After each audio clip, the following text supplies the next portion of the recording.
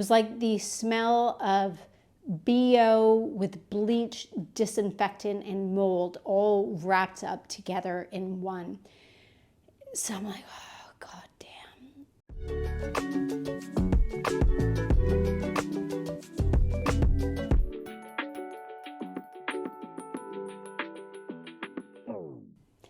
Welcome and bienvenue to this new podcast series called the Self-Respect Revolution podcast. And in this series, we look at how self-respect influences the decisions that we make and the lives that we live, regardless of who we are, whether we're an entrepreneur, whether we're a business owner, parent, dog parent, sister, brother, best friend. Regardless of who you are, self-respect, I believe, is the most critical component of how we live, love, and lead. So I'm so happy that you are here. My name is Dr. Katherine Iscoe, and I am your absolutely proud host of this new podcast series. And I really want to just dive right in, and I hope that's okay with you. I need to tell you this story. So my girlfriend Nadine, my best friend Nadine, went on a holiday to Bali. Got up early, the flight was delayed, the plane was delayed, she went through traffic, finally got to her hotel, and she called me, and I was so excited to talk to her, obviously. So I'm like, yo, how is it? Like, how you feeling? How's the hotel? How's the weather? Yada, yada. And I love my girlfriend Nadine, but she's got no game whatsoever. She would be the worst poker player in the world because I knew exactly, I saw her face, something was wrong. So I said, okay, what's wrong? She's like, my room stinks and my window, my balcony door opens up to a concrete wall. And I kid you not. So I'm like, the first thing I said obviously was, well, just ask for another room. You're there for like 6 days. Bada bing, bada boom, go, right? And I'm going to get back to the end of this story in a second because the premise is it's very easy to give advice from the outside in, not so much to take your advice from the inside out. Here's why. About a month prior to this, I had the exact same situation. Not in Bali, it was in Melbourne.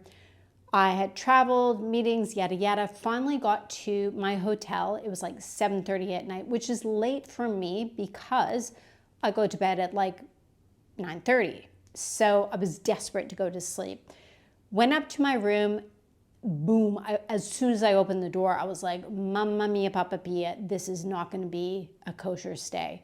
It was like the smell of BO with bleach, disinfectant, and mold all wrapped up together in one. So I'm like, oh, God damn. Like, you know, when you're just debating, do you go to bed and just suck it up, or do you go, down and have that uncomfortable conversation with the reception staff, and well, actually you don't know, but you think they're thinking, oh God, here we go, another one of quote unquote those guests. And I'm always scared that they're gonna hate me and spit in my food. So I was like debating, what should I do? I'm like 20 seconds, I could not stand it any longer. So I go down to the reception, had to do it. I'm like, I'm so sorry to bother you, but room, I explained it. I said, do you have another room by chance? And, it's kind of like that Seinfeld where they're tapping in their computer. I'm sorry, we lost your reservation. Found another room. It was on the floor right above. Fantastic. Bada bing, bada boom. I go upstairs. I'm like so desperate to go to bed. Open the door. It was like right in your face. I was like, dear God, no, here we go. Tried to stay in that room. Couldn't. The cycle repeated itself 5 times, my friends. And here's the premise. My mindset was this. I need to ensure that other people are comfortable rather than prioritize my comfort, meaning I need to respect others more than I respect myself. And this is kind of like a condition of being Canadian because I don't know if this is actually fact, but I think it's like a conspiracy.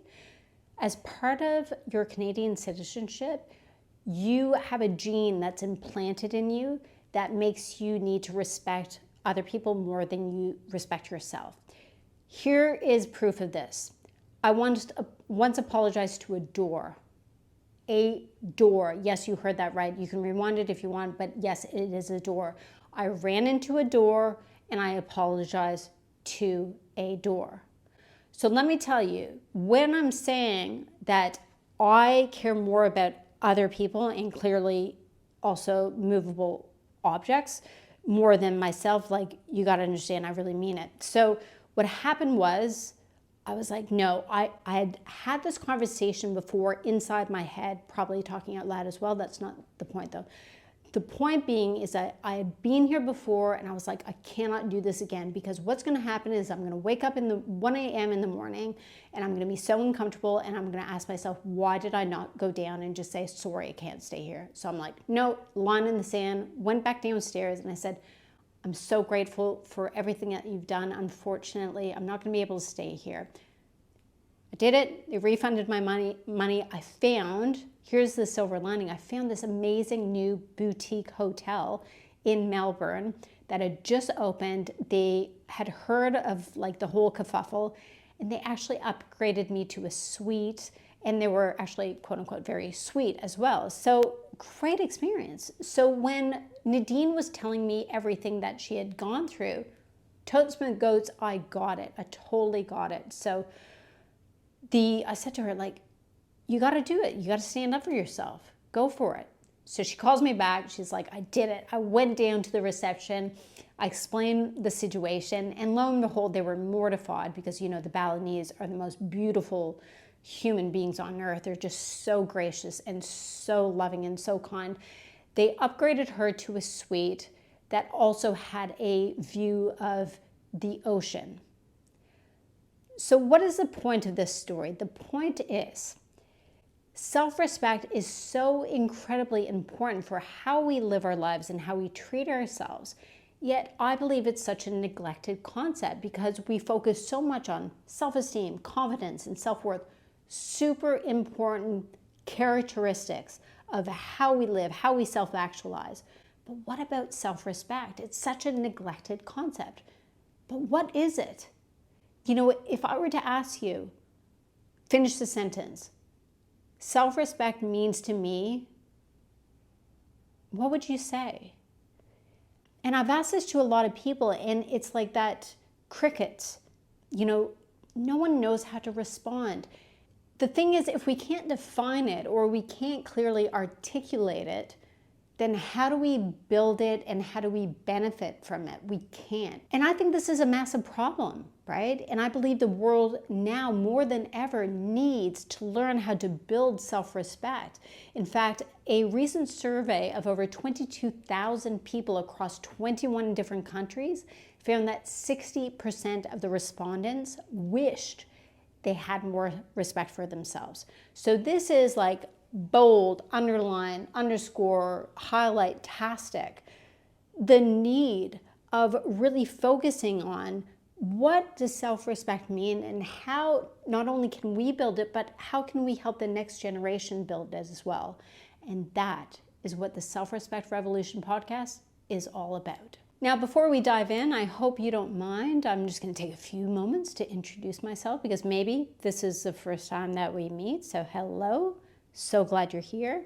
My name is Katherine Elizabeth Iscoe, and that is with an S, not a Z.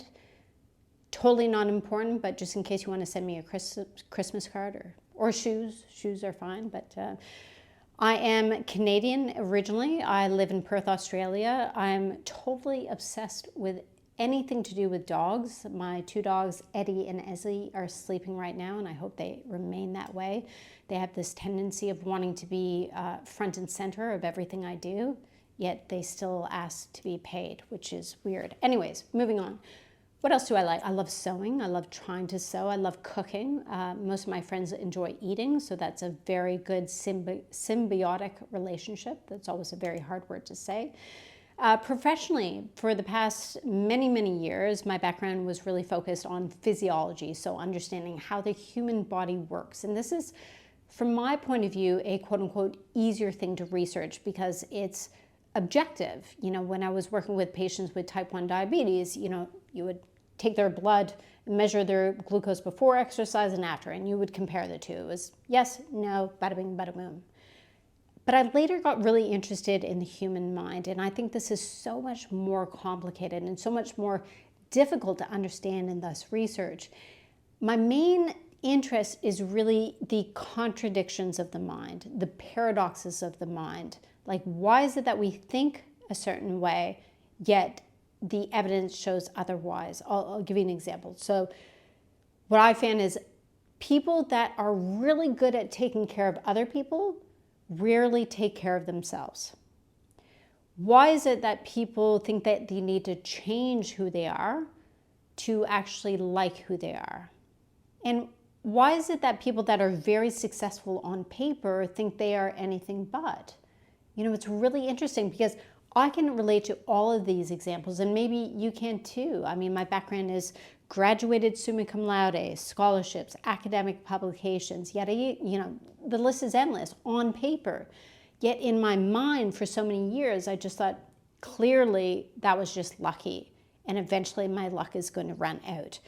And I always thought that caring was, treating myself with disrespect, over-exercising, under-eating, being militant, looking at myself and looking at all the bad things rather than the good things. I thought that was how you cared for yourself. And I did this because I thought, when I change who I am, then I'm going to like who I am. And when I finally, quote unquote, like who I am, then eventually someone else is going to like me. So I always thought that, okay, I'm going to change the way I look on the outside, because then people are going to fall in love, or, well, not people, one relationship is fine, teach your own, you do whatever you want. But someone is going to fall in love with me, and then when they fall in love with my outside, eventually they're going to love my inside. That's how I thought love works. And I can give you countless examples from the past of all the times I've disrespected myself. And that's why I believe I'm the best person to host this podcast and dive into the complexities of self-respect, because I know exactly what it feels like to live a life without it. So today, and for the first few episodes of this podcast, it's really going to be a self-respect 101 based on my recent research. And I promise you, I know when people hear the word research, they're like looking for the closest exits. I promise you it's going to be interesting. I promise. So we're going to be looking at what self-respect actually is in today's time. What does it feel like when you have it? What does your look like? How does it benefit you? But also little red flags, what to look out for when you have low levels of self-respect. But no matter where you are in your journey, I encourage you to keep on, at least for the first few episodes of this podcast, to listen in, because I truly believe, I'm 45 years old. I know, super young, but I have never felt so strongly about what I've found and the benefits that self-respect can unlock. So I'm so glad you're here. Let's get started. So firstly, what made me start this research? I think it's important for you to get just a little bit of a background. For the past 8 years, I've really looked at confidence, what it is, what does it feel like when you have it, how can you build it, how can you lose it? And confidence is essentially the ability to trust oneself to give something a try, or the Australians say it most perfectly, which is to simply give something a go. So what made me start this research? I think it's important for you to just get a tiny bit of a background here. So for the past 8 years, I've been really focused on confidence, what it is. What does it feel like when you have it? What does it feel like when you have too much of it? What does it feel like when you lose it? What does that look like? What does it feel like? What does it sound like? And confidence is essentially, Australians say it best, the ability to give something a go, or the willingness to try. Now, after having hundreds and hundreds of conversations with workshop participants, audience members, people online, I found something really interesting, because I still believe wholeheartedly in developing one's confidence. But what I found was that if you want to picture a rubber band, when you pull, when you pull the rubber band with one hand over to one side, right, it starts to become tense. That's what confidence does. It gives you that ability to stretch yourself. But then what happened was, and based on these stories, that something happened when it got too tight and people were like, I'm going to go back to being less tense, quote unquote, the comfort zone, right? And this was really interesting because it was like this elusive concept. I'm like, what is it that happens there that we can get that rubber band to stretch more and to get used to that new level of tension? And for the past while, my dad and I, very, very close, and we often spoke about self-respect, but it was such a throwaway kind of concept. It was like a neglected concept, but there was something nagging at me to sort of look into it further. So I started diving in online, looking at research, looking at studies, yada, yada, and it wasn't answering my questions. So I thought, I'm a researcher, let's do a research study. So I asked entrepreneurs, business owners, CEOs, executives, what does self-respect mean to you? What does it feel like when you have it? How does your life change when you don't have it? And I was like, okay, what are the little quotes that were meaningful? So I started extracting quotes, 783 quotes that I got. Then I was like, okay, what are the themes? What are the common themes that, I can really see in the data? And I found that this data lives in 3 different buckets. And what I found was that self-respect is not really about morals or ethics, but rather self-respect is a practice. It's about walking the walk and talking the talk. It's about doing. And the 3 actions are this. Number 1, it's about standing up for yourself, but specifically standing up and protecting your mental, physical, and emotional well-being. So this is about boundaries, not barriers, boundaries and self-care. Number 2, it's about staying true to who you are, not pretending or acting based on what you think other people want you to be. So this is about taking responsibility in your decisions, being accountable for where those decisions get you. But it's really about self-honor. It's saying, this is who I am, and everything that I do, everything that I put out into the world is going to reflect this.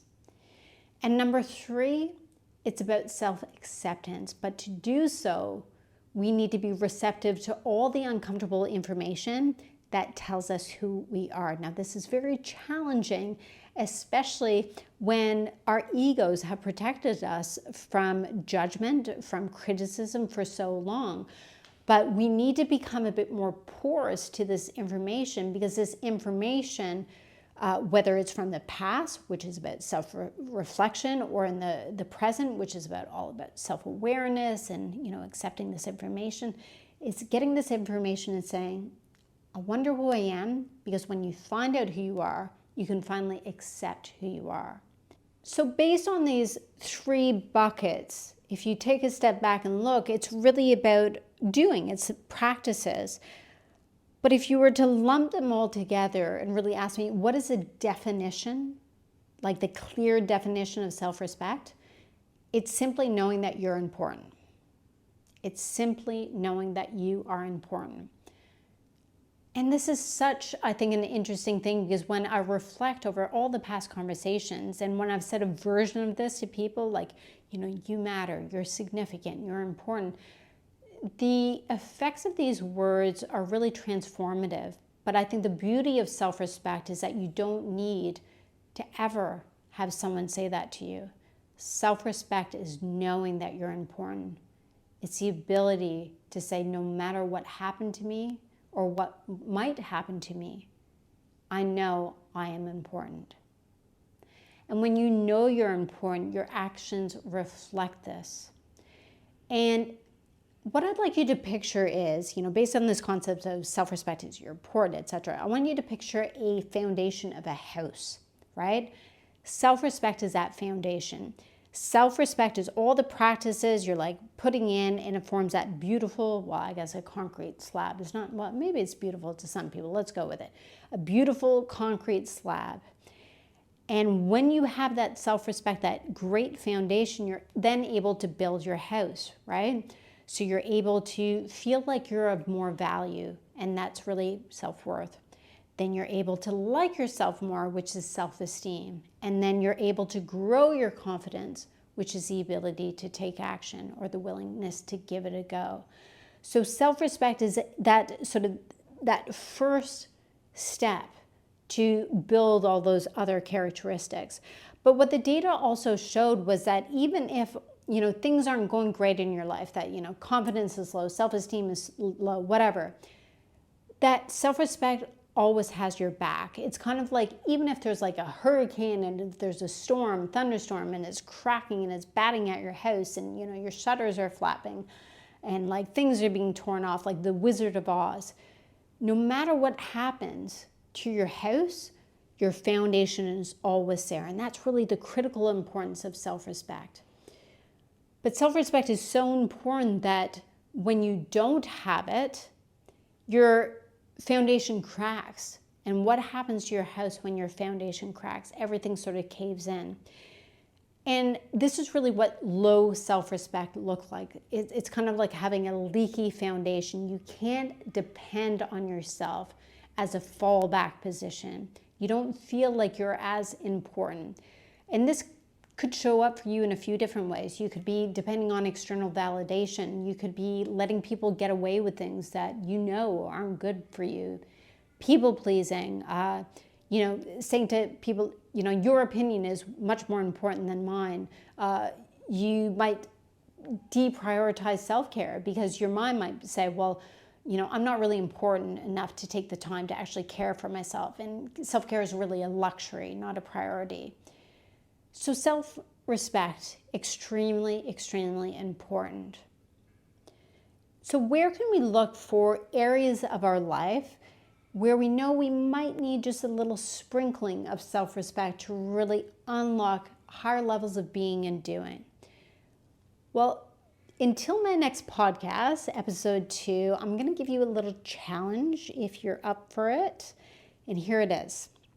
What I would like you to do is think about a conversation that you're delaying having because you are just waiting for the perfect time, because the other person is stressed or they're overwhelmed or they're constantly telling you, oh, I have too much on my plate or something like that. Or maybe they're not. Maybe they're not saying any of those things and you're just delaying the conversation. I want you to ask yourself, why is that?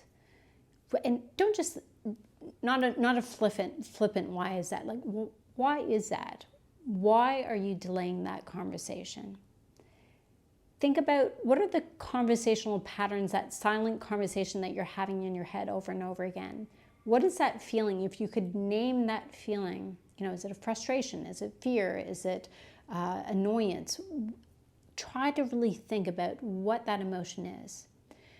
Because on the next episode, I'm going to share a little tweak to how we think that will help us stand up for ourselves, no matter how uncomfortable or important or critical the situation is.